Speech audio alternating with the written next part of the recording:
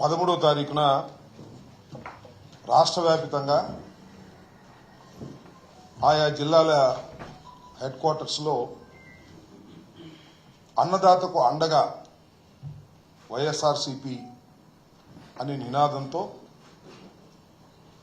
YSR Congress party programme ఇవ్వడం జరిగింది.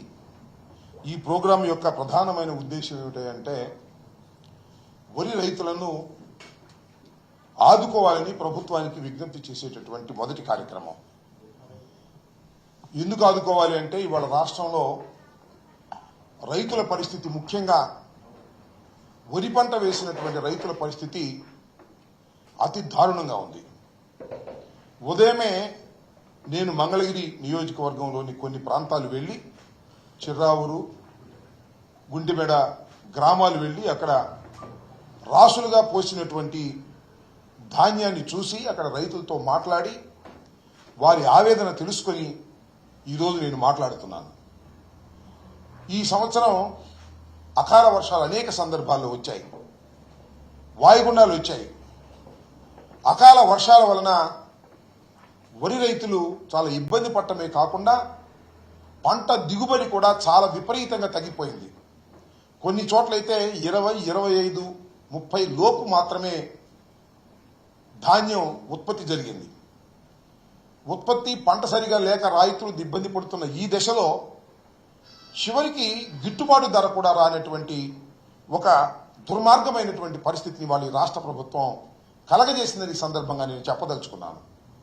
నేను వెళ్ళిన చోట చెప్పారు, 2 రోజుల క్రితమో 3 రోజుల క్రితమో మన జిల్లాకు చెందినటువంటి మంత్రి, పౌర సరఫరాల శాఖ మంత్రి గారు రైతుల దగ్గరికి వెళ్లారని, ఆ రైతులు రాసులు చూసి అడిగితే వారు తమ బాధలు చెబితే మీరు కంగారు పడాల్సిన అవసరం లేదు, మీరు ప్రభుత్వమే కొంటుంది, ప్రతి గింజ కూడా ప్రభుత్వమే కొంటుంది, గిట్టుబాటు ధర ఇచ్చి కొంటుంది, బ్రోకర్లకు మీరు అమ్మవద్దు అని చెప్పటమే కాకుండా జస్ట్ ఫోన్లో హలో అని పెట్టండి, మీ రైతు సమస్య పెట్టండి, నేను తక్షణమే తేల్చేస్తాను, మీకు సహాయంగా ఉంటానని హామీ ఇచ్చినటువంటి మంత్రి గారు నిన్న మొన్న 2 రోజుల నుంచి పాపం రైతులు అనేక సందర్భాల్లో ఫోన్ చేసినా, హాయ్ అని పెట్టినా, ఏం పెట్టినా సమాధానం ఇవ్వటం లేదు అని నెత్తి నోరు కొట్టుకున్నటువంటి సందర్భం. మద్దతు ధరగా ఇవ్వాల్సినటువంటి ధర ఇవ్వలేకపోతున్నారు. అది ఎంతంటే 75 కేజీలకు సంబంధించి 1725 రూపాయలు. ఈ ధరకు కొన్నటువంటి సందర్భమే లేదని మనవి చేస్తున్నా. మరొక అంశం ఏమిటంటే ప్రభుత్వం కొనడంలా దళారులు వచ్చేశారు, మిల్లర్లు వచ్చేశారు. దీనిలో తేమ శాతం ఎక్కువగా ఉంది, 1300కి ఇవ్వండి, 1350కి ఇవ్వండి అని బేరమాడి గత్యంతరం లేని పరిస్థితుల్లో రైతు అమ్ముకోవాల్సి వస్తుంది. నిల్వ చేసుకోవడానికి అవకాశం లేదు. రోడ్డు మీద ఆరబోసుకున్నటువంటి దృశ్యాలు మేము చూసాం. మళ్ళా టీవీలో వార్తలు, అక్కడ ఇక్కడ వార్తలు చూస్తే మళ్ళా వాయుగుండం వచ్చింది, రాత్రికి వర్షం పడుతుంది అనేటువంటి భయంతో ఎంతకో కొంతకు అమ్ముకొని బయటికి రావాలనేటువంటి ఉద్దేశంతో రైతాంగాన్ని ఇవాళ ఇంత ఇబ్బంది పెడుతున్నటువంటి ప్రభుత్వాన్ని మనం చేస్తున్నాం. రైతులు అంటే ఇక్కడ నేనేదో గొప్పగా చెప్పుకోవడం కాదు, కానీ వైఎస్ఆర్ కాంగ్రెస్ పార్టీ అధికారంలో ఉన్నప్పుడు ఎప్పుడు కూడా మినిమం సపోర్ట్ ప్రైస్కి మించే కొన్న సందర్భాలు ఉన్నాయి తప్ప తక్కువలో కొన్న సందర్భాలు లేవు.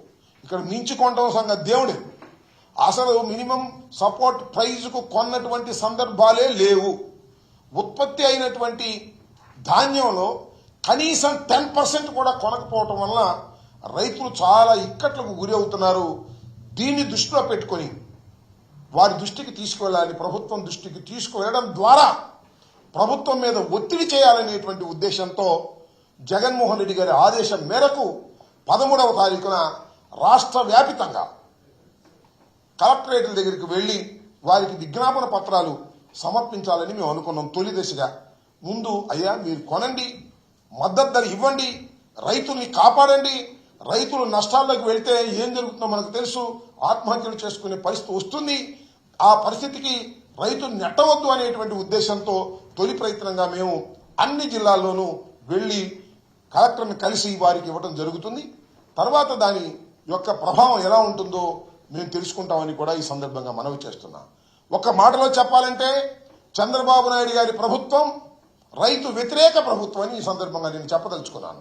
గత చరిత్ర ఒకసారి మనం చూసినట్లయితే రైతు రుణమాఫీ చేసేస్తానని ప్రగల్భాలు పలికి అధికారంలోకి వచ్చి రైతుల రుణమాఫీ చేయలేదు. అంతేకాదు రైతు భరోసా 13,500 రూపాయలు వైఎస్ఆర్ కాంగ్రెస్ ప్రభుత్వం అధికారంలో ఉన్నప్పుడు ఇస్తే 13,500 రూపాయలు ఏమి సరిపోతుంది, 20,000 రూపాయలు ఇస్తామని దానికి ఏదో పేరు పెట్టాడు. ఏంటది? చంద్రన్న రైతన్న అదేదో అన్నదాత సుఖీ భవ పేరు బాగుందా? అన్నదాత సుఖీ భవ. సుఖీ భవే. ఈ 13,500 కూడా లేవు. 20,000 సంగతి దేవుడు లేవు. 13,500 కూడా లేవు. ఇన్పుట్ సబ్సిడీ లేదు. ఈ క్రాప్ లేదు. రైతుల్ని నట్టేట ముంచుతున్నటువంటి ఈ ప్రభుత్వం గమనించాలని మనం చేస్తున్నాం. ఇప్పటికైనా సరి చేసుకోండి. ధాన్యాన్ని కాస్తో కోస్తో తడిచి ఉంటే దాన్ని వెరిఫై చేసి గిట్టుబాటు ధర ఇచ్చి కొనండి. కొన్నప్పుడు రైతు సంతోషంగా ఉంటాడు. ప్రభుత్వాలు ఏమి రైతుల బియ్యాలు కొంటే కొంపలు అంటుకుపోయే పరిస్థితి ఏమి లేదు. రైతుల ధాన్యాన్ని కొంటే నష్టపోయే పరిస్థితి ఏమి లేదు.